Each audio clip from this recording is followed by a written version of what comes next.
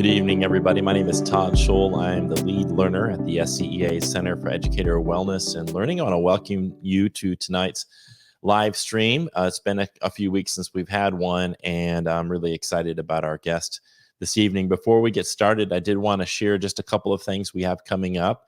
If you have not heard of Cool Coaching yet, you need to check this out, especially if you're an early career educator. Cool provides free coaching for our early career educators on Tuesday and Thursday evenings from 6 to 8 o'clock. You can find more information about that on the Cool website. That's cool.us. I also want to share with you a couple of opportunities coming up.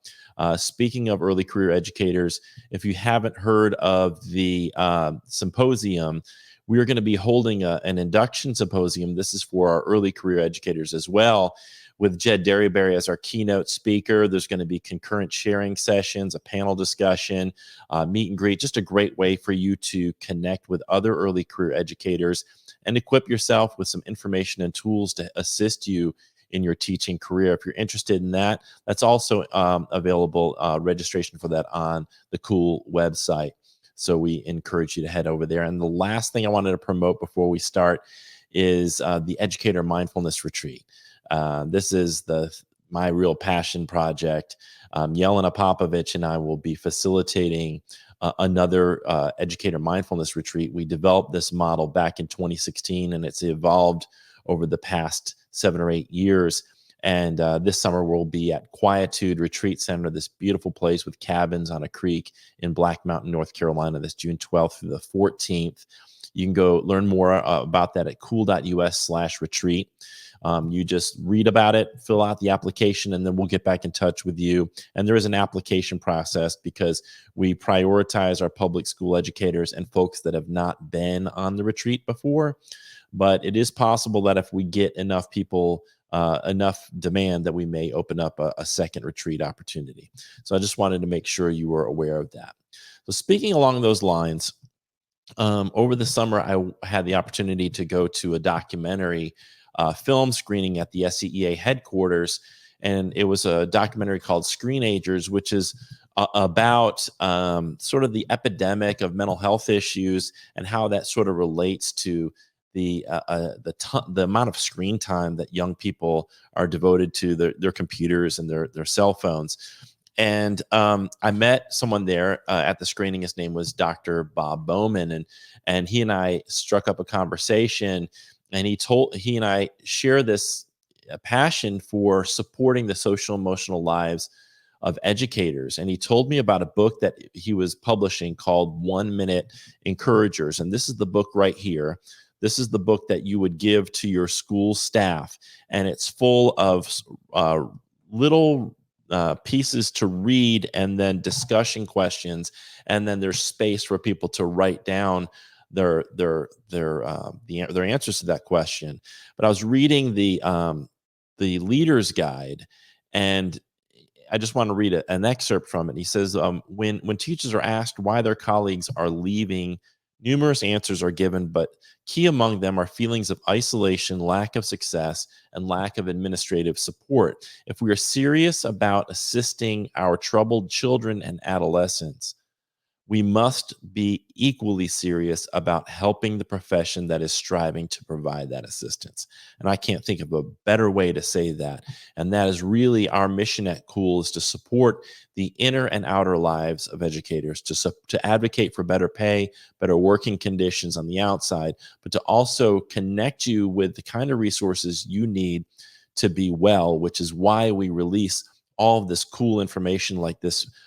Yesterday, we released a new episode of Cool Bites, which is just Audrey Kalianos telling you how to make banana oat pancakes. So that's one example. Steve Newsom's column about teacher recruitment and retention, which is helping you have the knowledge you need to understand the arguments around our profession. So all of this is being done as a way of supporting you and supporting educators who are doing this important work of helping our young people reach their greatest potential. So without further ado, I want to bring on Dr. Bowman. Is it Bowman or Bowman? I'm sorry if I got that wrong. Good enough. It's Bowman, but it could be either Oh, way. okay. It's Bowman. One of my best friends, his name is David Bowden, but then there's Tom, the famous Tommy Bowden, the Bowden family. Well, welcome to the live stream, and I just want to say thank you for writing this book. And I'd like you to, rather than reading your bio, I thought it would be nice just to let you introduce yourself and tell everybody the things you want to tell about your bio. It's always tough talking about yourself. Oh boy. I I'll tell you some stuff that's not necessarily in there. I started off before going into teaching as a rock and roll long-haired guitar player. I was in a group that opened for a group called Rush and their 2112 tour. We played in front of hundreds, in front of thousands of audience. I learned a lot about how to work with difficult people. I learned a lot about what not to do. I learned a lot about how to motivate large groups of people. Um, but then I moved on. I became a teacher in junior high. We didn't call it middle school back then. Junior high school, I taught science and math and absolutely loved it. But I loved working with unmotivated kids, trying to turn them around more than I did the subject matter. So I love teaching student science, not so much science to students. Um, then I became a school counselor. I became an elementary school counselor in a suburb of Chicago for a couple of years. And I started a peer helper group where I had children learn some of the skills I learned in my counseling graduate program, and had them utilize these skills with other kids. I found I could learn these skills faster than I did. So I went on for my doctorate at the University of Florida, published a couple books, Children Helping Children, Becoming a Friendly Helper, and worked with Dr. Robert Myrick there. Started speaking, became a professor at University of South Carolina. I'm currently a professor emeritus there in the Department of Educational Psychology at University of South Carolina. After that, started a publishing company. I'm retired now as a professor, but a publishing company, Youth Light, and a consulting company, Developmental Resources, where we have drawn in more than 250,000 educators over the years. And it's been very humbling, but that's my background. I would be nowhere without God in my life and without my wife behind every move. That's my Wow. background. Well, as much as I would like to delve into some stories about Geddy Lee and Rush, Neil Peart, Oh, yeah. um, I will hold those for another time when hopefully we get together and I can ask you about some behind the scenes stuff there. I, I, I got to know Alex Lifeson quite well. Okay.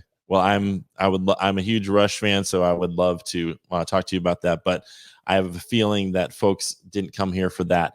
I want to talk about this book, the 1 Minute Okay. Encouragers. First of all, where did the idea for the book come from, and what inspired you to write it? Good question. Gosh, I've written a number of books, but I always felt that no matter what I've done, no matter what I've promoted, I've always wanted to be a cheerleader for teachers and for educators, other professional educators. And I've seen since the pandemic, especially, that there's been a great resignation of teachers. Uh, the NEA survey that was published recently showed that 55% of teachers are considering leaving the profession.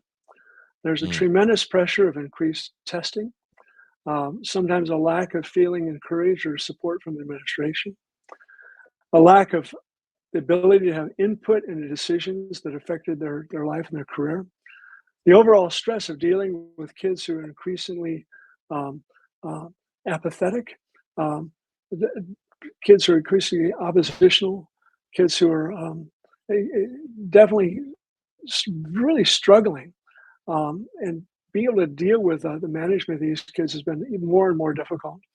And I think that teachers are less prepared today for handling the decreased amount of respect they get from parents, from students. And so I think there's a huge need for any kind of uplifting yeah. program that would be simple, fast, quick, that might bring a little bit of joy and meaning to their career. As you say that, it reminds me. I've been reading the Myth of Normal by Dr. Gabor Mate. I don't know if you're familiar with his work, but and I've been watching a lot of interviews with him and videos, and he talks a lot about how he believes our society, or our culture has become toxic, and he offers lots of evidence in terms of health outcomes and psychological outcomes, and my concern is exactly what you're saying, which is we've got all of these students who have been swimming in this soup of this toxicity coming into our classrooms, and our educators are also swimming in that soup, and then also dealing vicariously with a lot of the trauma that these students are enduring, and a lot of the mental health issues they're enduring, and aren't really given the resources and support that they need, because we seem to be myopically focused on the standardized test, and that and there's limited resources. And when you say this is how we're measuring success, there is this tendency to focus those resources on improving those test scores. And I've always said, that's kind of objectifying our educators and objectifying students as test preparers or test, takers. And I don't know what your thoughts are on that, and how this book can help sort of change the culture of schools in ways that rehumanize them. What your thoughts are on it? Todd, you hit it right on the nail. You hit the nail right on the head. Um, these tests, these standardized tests, are very, very upsetting to me, and have been for a long time. They're not valid for a lot of the uses that we're making of them. All the pressure to get these scores up, and they're not even measuring some of the most important things that good teachers teach. Right. For example, learning attitude is not measured directly on these tests, only very distantly, indirectly. Student attitude is not measured because it's tough to measure. It's possible, but very difficult. The best teachers are working to help kids become lifelong learners and develop a very positive attitude toward being a good, strong learner. If we can see kids as, instead of buckets to be filled, to be candles to be lit, and if we could work more on things that are more difficult to measure, lighting those, we're much more in line with the purpose of a good educator. Right. And it just feels like we're stuck. I was listening to sort of the narrative and the sort of discussion around our public schools over the past couple of weeks as the report cards came out. And my frustration is that it's just a given. It's just a given that these report cards are measuring the right things, and that they're valid, and that and we sometimes in the education community buy into that, and reinforce that validity by celebrating the raising of those scores. And I certainly understand why, if you're in a school, if you're a school leader or an educator, why you want to celebrate whatever you can, because you got the whole whole anti-education rhetoric that's being widely used in social media and on the news and in our communities. But so I understand that, but it feels like we really need everybody in education to step up and say, and point a spotlight at the fact that, yes, these basic skills are important, but when we make those basic skills the end all be all, what we do is we sacrifice so much of what we need as human beings to flourish. And so going back to the book, how do you Sure. envision the book getting to the root of that cultural shift that we need to make? Well, thanks, Todd. I think that, gosh, if nobody else would do it, teacher colleagues can reach out and do a lot by simply learning and be given the opportunity to encourage each other more. This book is not going to take care of all these issues that Right. you're talking about, but if we can help teachers to come together and be more encouraging, even if they're little tiny encouraging statements, being encouraging to each other, and think a little deeper with each other about what's good instead and what we can be grateful for instead of miserable. Dr. Arthur Brooks, Harvard professor who has the course in happiness and has spoken internationally about happiness, has written more than a dozen books in happiness, has said that happiness is contagious. Mm. Misery is even more contagious. And so many of the little conversations are about misery. Yes. Um, and there's a lot of misery to be passed around and talked about. But if we can just stop for a moment and make little encouraging statements and be encouraging by focusing on three keys. I believe in you. You have a purpose. And how are you? Listening is one of the most powerful, encouraging things we can do. But sometimes we need to make sure that we take a little bit of time and focus in on our colleagues, giving little comments, little compliments, not just about their hair or the color of their new car, but about their personal strengths. We can tap into some strengths that they have that we recognize and notice those. We can instill hope when the hopelessness seems to be overwhelming them. We can instill a sense of courage to move forward and do something new and try something new. But unfortunately, in schools, in the teacher's lounge, and the beginning of the teacher meetings, sometimes there's just not enough gratefulness. We just need to take a little time and force ourselves to talk about what we're grateful for in our colleagues. And it can go a long way. The book is an attempt to provide 70 different possible little 1-minute reads with quotes and some questions so that staff can begin to learn what they can be grateful for in themselves and their colleagues.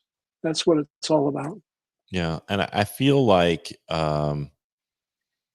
school leadership really needs to think about, like, instead of always using PLCs for, like, let's look at the data and how can we increase these test scores? What are some new strategies we can use to ensure that our test scores are where they need to be? Checking in with the actual inner lives of the people that are responsible for teaching, and making sure they're okay, because it's like, if we lose our educators, if we lose good educators because we're not taking care of them and we're not investing in them as human beings, then the students are going to suffer. And even if you're like, if all you care about is test scores, well, the test scores are going to suffer as well if we're not taking care of those mental health needs of our educators and students. And I think that's sometimes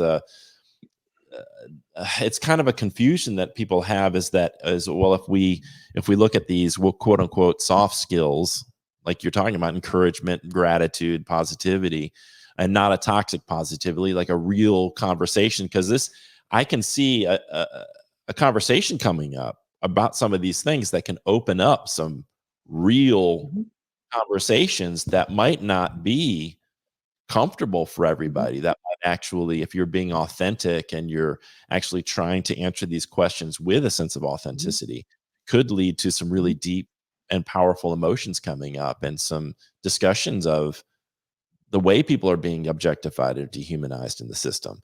mhm. So, like, Uh,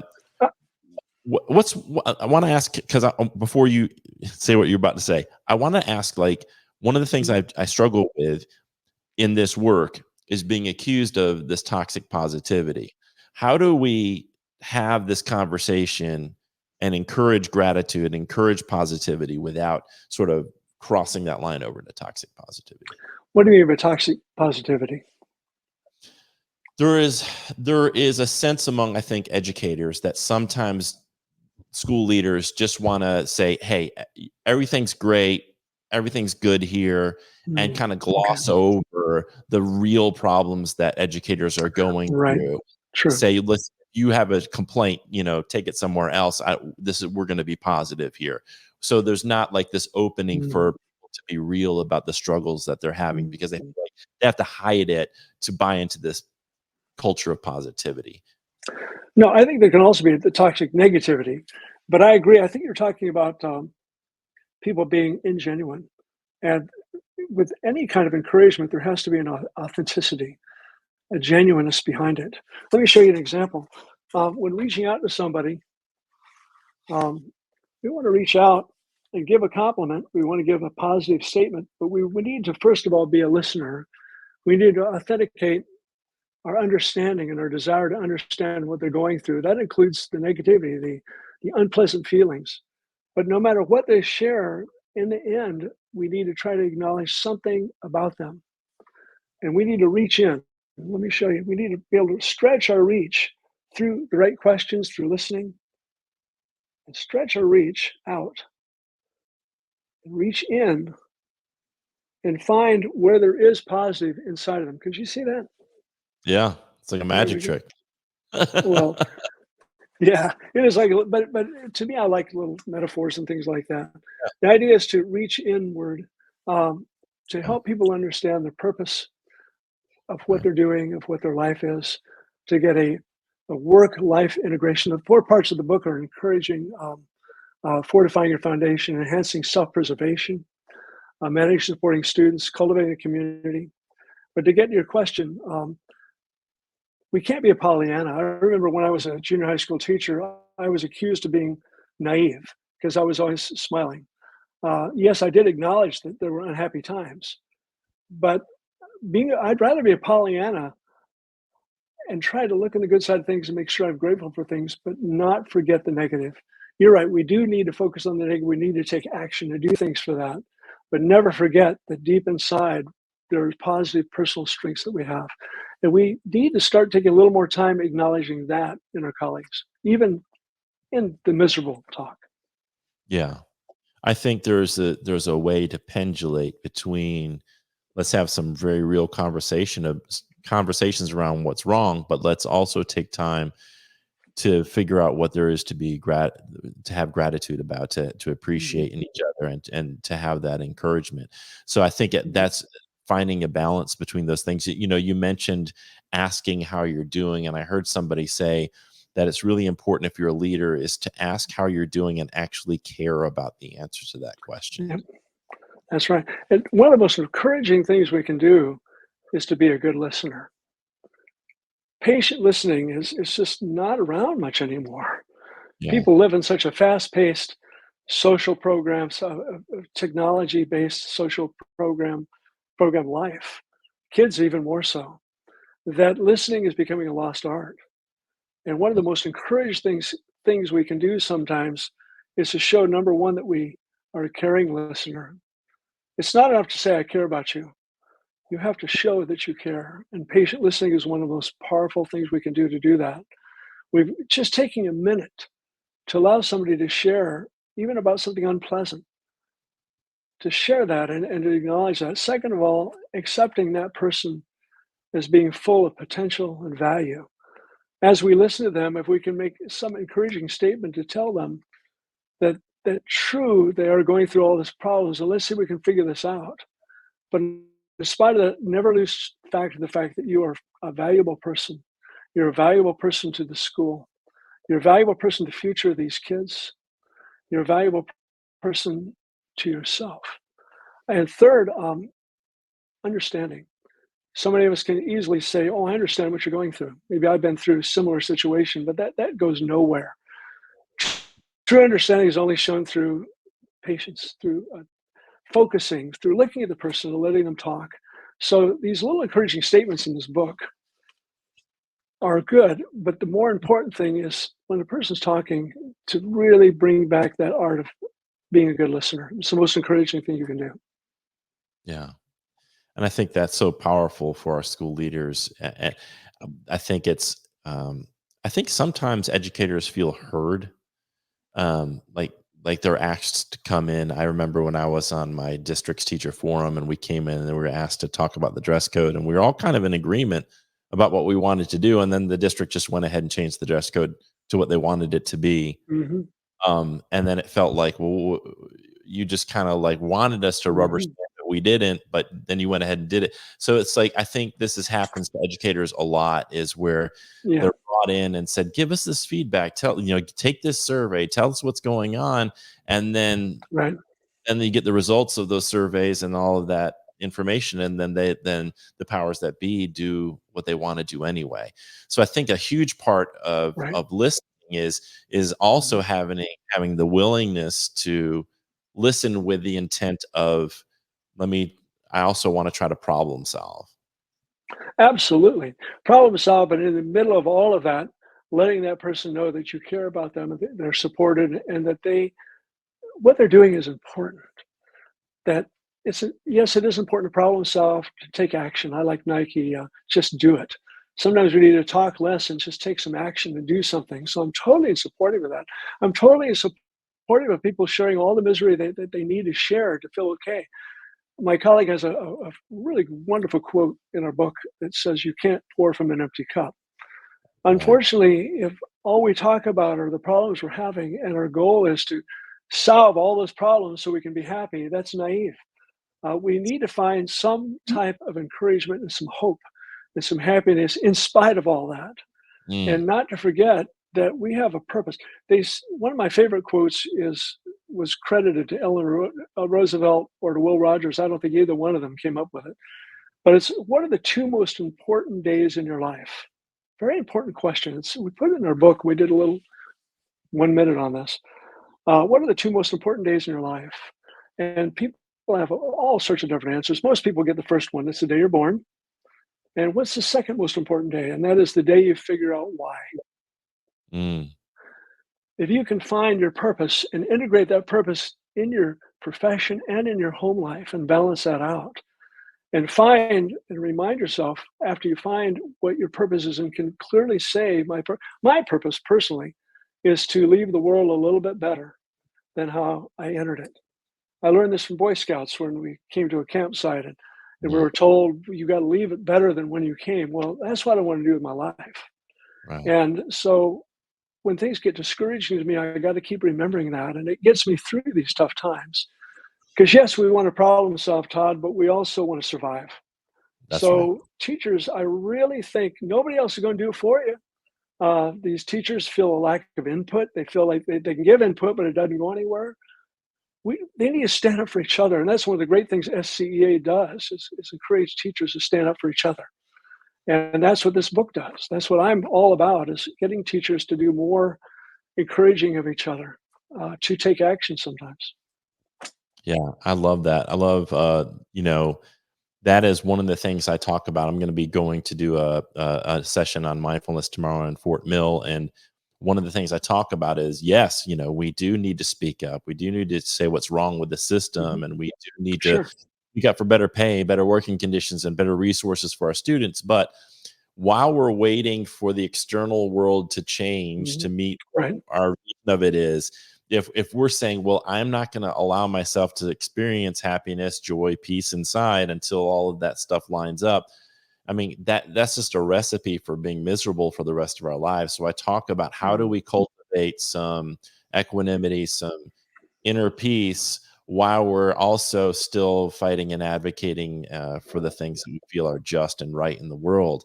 And finding that That's right. balance is so important. And that's why I think this book, 1 Minute Encouragers, is a great place great and easy way for schools to cultivate and create an atmosphere where we can have Mhm. conversations with the limited amount of time that we have around things that help us talk about, yes, some things that are wrong, but Mhm. also what's right, what's working. Mhm. uh, Focusing on that. How can folks get a copy of this book if they're interested? Thank you. Youthlight.com. Youthlight, youthlight.com. And there's a catalog in there and just like 1 minute encouragers. So youthlight.com. Youthlight.com. That's great.